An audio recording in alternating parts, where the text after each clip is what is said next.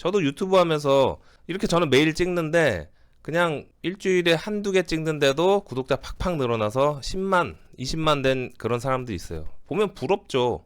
그럼 이거 그만해야 되잖아요, 저는. 그런데 희망이 있잖아요. 내가 이렇게 계속 하다 보면 나도 언젠가는 잘 될 것이다. 그런 희망을 갖고 매일 힘들지만 나와서 여러분 앞에서 이렇게 촬영을 하고 있습니다.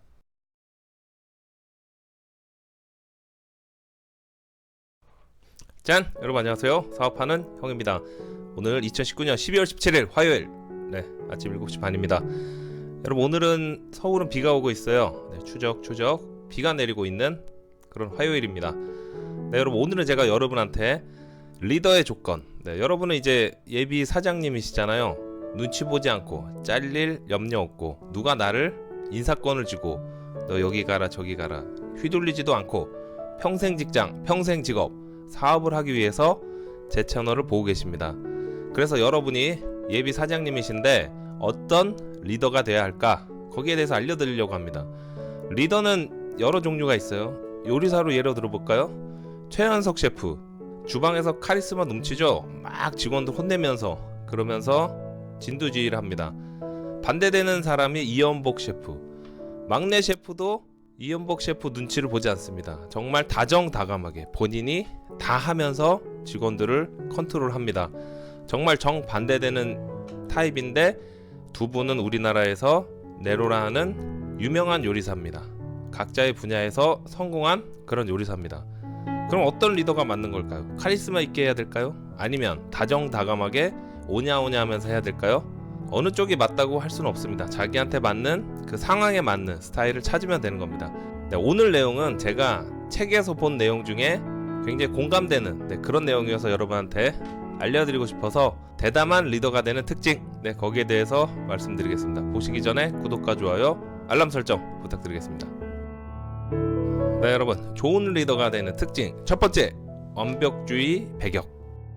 많은 리더가 완벽주의를 추구합니다. 그런데 이거는 바람직하다고 할 수는 없습니다. 대담한 리더는 우리의 생각과 달리 자신의 취약성이든 조직의 취약성이든 그 취약성을 솔직하게 드러내고 인정할 줄 아는 용기가 있어야 합니다.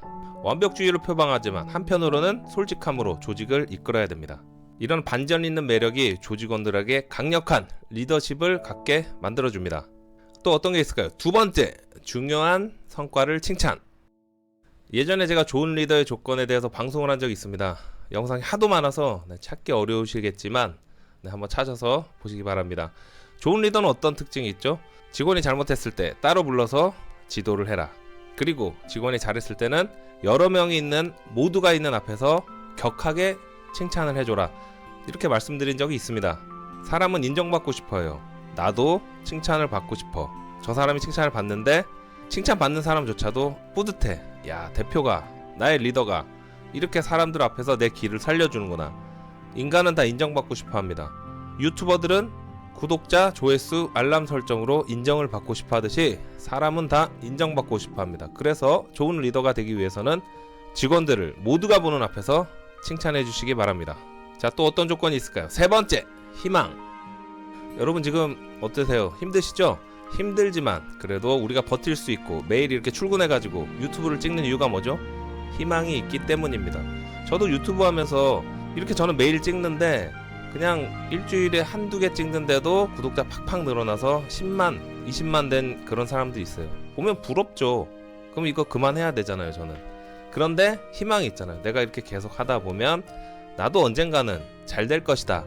그런 희망을 갖고 매일 힘들지만 나와서 여러분 앞에서 이렇게 촬영을 하고 있습니다.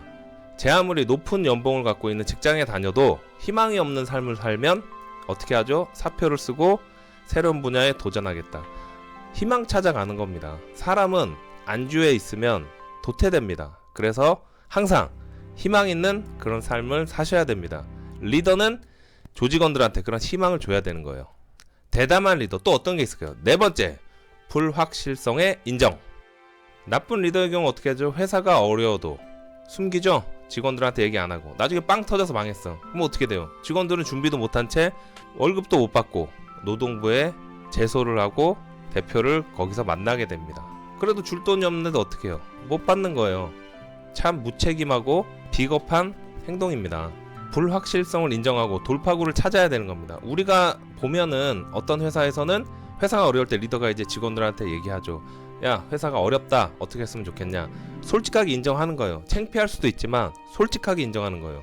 그럼 직원들이 어려울 때는 저희도 회사를 살리기 위해 노력하겠습니다 해서 임금 삭감하고 그 난관을 극복한 다음에 회사가 다시 잘 되고, 네, 그런 경우를 본 적이 있습니다. 여러분도 많이 들어보셨을 거예요. 솔직함이 있는 리더는 직원들이 도와줍니다. 네, 대담한 리더. 마지막으로 5번째, 중요한 존재로 보이려 하지 않는다. 사업을 하다 보면은요, 일부러 좋은 차, 고급 외제차에 기사까지 딸린, 네, 그런 차를 타고 다니고 필요도 없는 격리 직원을 쓰는 그런 사장들이 있습니다.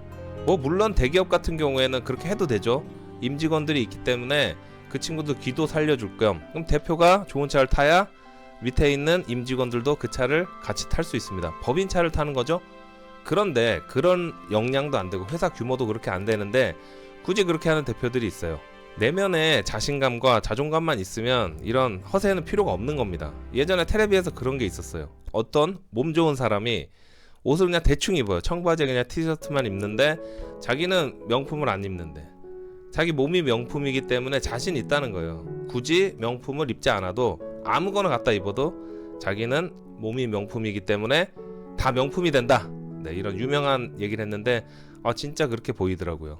자기의 몸을 운동과 식단 조절을 통해서 철저한 자기 관리를 통해서 몸을 명품으로 만드는 거예요. 그러면 그런 허세 따위는 필요가 없는 겁니다. 사업을 하면서 자존감, 자신감 있고 확신만 있으면 내 아무리 경차를 타고 다녀도, 내 아무리 방이 없는 책상 하나 있는 대표일지라도 떳떳하게 사업을 영위할 수가 있는 겁니다. 외형에 보이는 걸로 직원한테 대우받으려고 하지 말고요. 대표가 검소하게 책상 하나 없이 일을 하는 모습을 보면 직원들이 어떻겠어요? 그 대표가 능력이 있는 사람이라면 더 빛이 나 보이잖아요. 야, 우리 대표님은 능력도 있고 돈도 많은데 쓸데없는데 돈 안 쓰고 우리를 위해서, 회사를 위해서 그런 데만 돈을 써주시는구나. 그러면 자연히 따라오게 돼 있는 겁니다.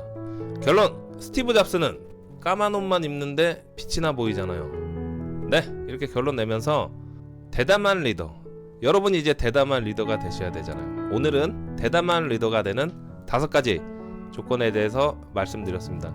오늘 내용은 제가 읽은 책 중에서 공감되는, 여러분한테 들려주고 싶은 그런 내용을 섞어서 말씀드린 겁니다. 네, 오늘 내용 참고하시고 오늘 비가 오는 화요일 오늘도 파이팅 하시고 부자 되는 그런 하루 되시길 바라겠습니다. 고맙습니다. 끝!